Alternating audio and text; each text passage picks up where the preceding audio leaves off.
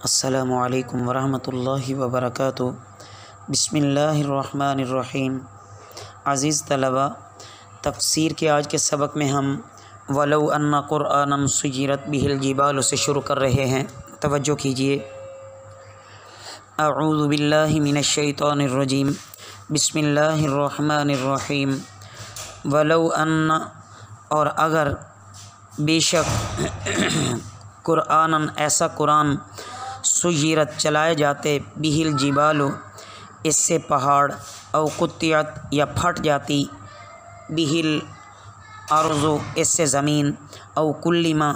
یا بات کرنے لگتے، بہ، اس سے، الموتى، مردے، بل للہ الامر، بلکہ اللہ تعالیٰ کے لیے ہے کام، جمیعاً، تمام۔ افلم ییأس الذین آمنوا، تو کیا اطمینان نہیں ہوا وہ لوگ جو ایمان لائے، لو یشاء اللہ، کہ اگر اللہ چاہتا، لہدی الناس، تو ہدایت دے دیتا لوگوں کو، جمیعاً، سب کے سب کو، ولا یزال الذین، اور ہمیشہ وہ لوگ جو کافر ہوئے، تصیبہم، انہیں پہنچے گی، بما صنعوا، اس کے بدلے جو انہوں نے کیا، قارعۃ، سخت مصیبت، او تحل، یا اترے گی، او تحل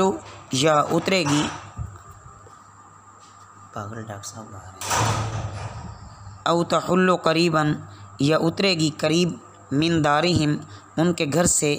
یہاں تک کہ یأتی، آ جائے، وعد اللہ، اللہ کا وعدہ، ان اللہ، بے شک اللہ تعالیٰ، لا یخلف المیعاد، وعدہ کے خلاف نہیں کرتے۔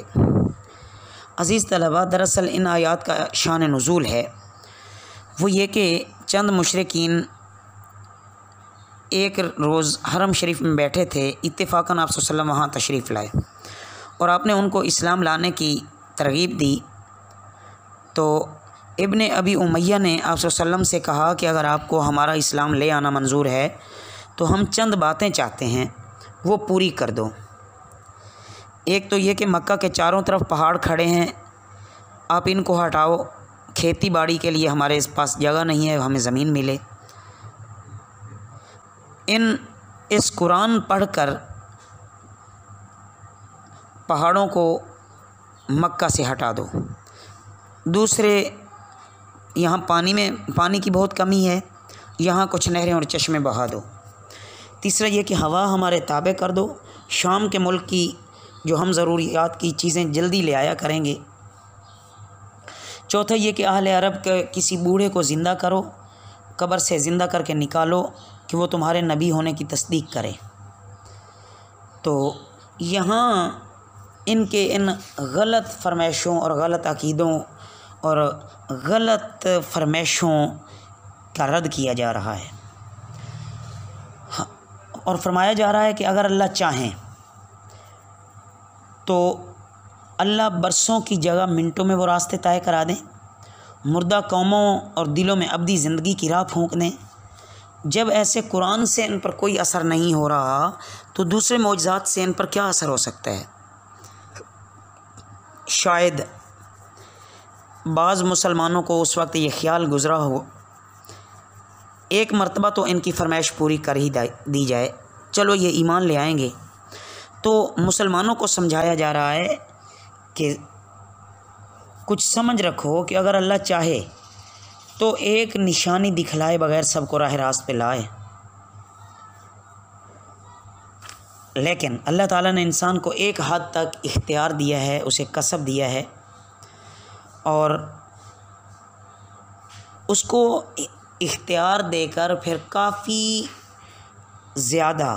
اس کو ہدایت کے اسباب بھی فراہم کر دی ہیں۔ تو کیا ضرورت ہے ان کی فرمائشیں پوری کرنے کی؟ اور اللہ کی طرف سے فرمائش تو تب پوری ہوگی جیسا کہ گزشتہ سبق میں بھی ہم نے عرض کیا تھا کہ جب اللہ کسی قوم پر عذاب لاتے ہیں تو وہ اللہ کی طرف سے اصل نشانیاں ہوتی ہیں جو سب کو سمجھ لینا چاہیے، اور اس وقت کے آنے سے پہلے اللہ کی ناراضگی اور اللہ کے عذاب آنے سے پہلے راہ راست کو اختیار کر لینا چاہیے۔ اور بالآخر کافروں نے خود اپنی آنکھوں سے دیکھ لیا کہ اللہ کا وعدہ پورا ہو کر رہا، مکہ فتح ہوا تو مشرکین کا جزیرۃ العرب سے نام و نشان تک بھی مٹ گیا۔ وَلَقَدِ اسْتُهْزِئَ اور البتہ مذاق اڑایا گیا بِرُسُلٍ مِّن قَبْلِكَ رسولوں کا تم سے پہلے، فَأَمْلَيْتُ تو میں نے ڈھیل دی لِلَّذِينَ ان لوگوں کو جنہوں نے کفر کیا، ثُمَّ أَخَذْتُهُمْ میں نے ان کی پکڑ کی، فَكَيْفَ پس کیسے، کان عقاب تھا میرا بدلہ، افمن ہوا پس کیا وہ جو قائم نگران ہے، علی کل نفس ہر شخص پر، بما کسبت جو اس نے کمایا، وجعلوا اور انہوں نے بنا لیے، للہ اللہ تعالیٰ کے لیے، شرکاء شریک، قل آپ صلی اللہ علیہ وسلم کہہ دیں، سموہم ان کے نام رکھ لو، ام تنبئونہ یا تم اسے بتلاتے ہو، بما لا یعلم وہ جو اس کے علم میں نہیں ہے، فی الارض زمین میں، ام بظاہر یا محض ظاہری، من القولی بات سے، بلکہ زین للذین بلکہ خوشنما بنا دیے گئے، للذین کفروا ان لوگوں کے لیے جنہوں نے کفر کیا، مکرہم ان کے فریب، وصدوا اور وہ عن السبیل راستے سے، ومن یضلل اللہ اور جو گمراہ کرے اللہ، فما لہ تو نہیں اس کے لیے، من ہاد کوئی ہدایت دینے والا، لہم ان کے لیے، عذاب ہے، فی الحیات الدنیا دنیا کی زندگی میں، ولا عذاب الآخرتی اور البتہ آخرت کا عذاب، اشق زیادہ تکلیف دہ ہے، وما لہم اور نہیں ان کے لیے، من اللہ اللہ سے، من واق کوئی بچانے والا۔ تو عزیز طلبہ، ان آیات مبارکہ میں یہ بیان فرمایا گیا ہے،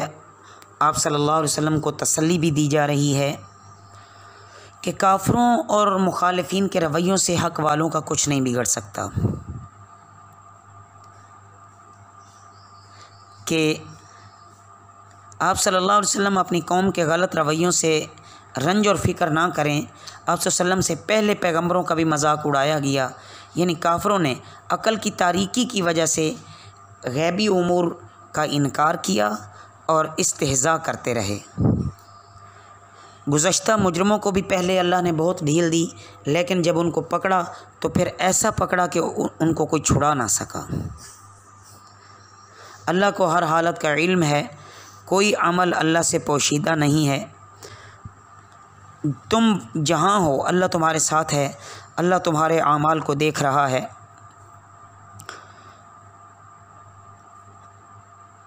بھلا ظلم کی کوئی انتہا ہوتی ہے کہ اللہ رب العزت کے ساتھ وہ ان کو شریک ٹھہرا رہے ہیں جنہیں خود اپنے وجود کی بھی خبر نہیں ہے۔ اس لیے مشرکین کو مخاطب کر کے کہا جا رہا ہے کہ ذرا آگے بڑھ کر ان شرکاء کے نام تو لو اور پتے تو بتاؤ، کیا اللہ رب العزت کی یہ صفات سن کر جو اوپر بیان ہوئیں، کوئی حیادار ان پتھر کی مورتیوں کا نام بھی بھلا لے سکتا ہے؟ اور بے حیائی سے لات اور عزیٰ کے نام لینے لگو تو کیا کوئی عقل مند آدمی ادھر توجہ کرے گا؟ صحیح۔ بہرحال ان آیات میں رسول اللہ صلی اللہ علیہ وسلم کو تسلی دی گئی اور شرک کا رد فرمایا گیا، اور کافروں کو دنیاوی عذاب کی بھی دھمکی دی گئی ہے، اور اگر یہ رسول اللہ صلی اللہ علیہ وسلم سے یوں ہی سرکشی کرتے رہے اور دنیا میں خواب غفلت میں سوتے رہے، خواب غفلت اختیار کر گئے، تو پھر بڑے بڑے سرداران کفر بھی نیست و نابود ہو گئے اور وہ نامراد ہو گئے۔ کچھ مدت کے بعد تو سرزمین عرب کفر کے نام سے بھی پاک ہو گئی۔ تو کیا یہ اس سے سبق نہیں سیکھتے؟ ان کو چاہیے کہ کاش اسی سے یہ سبق سیکھ لیتے۔ اللہ رب العزت ہمیں دین اسلام کی صحیح قدردانی نصیب فرمائیں اور اپنی صحیح معرفت اور توحید حقیقی عطا فرمائیں۔ وما علینا الا البلاغ المبین۔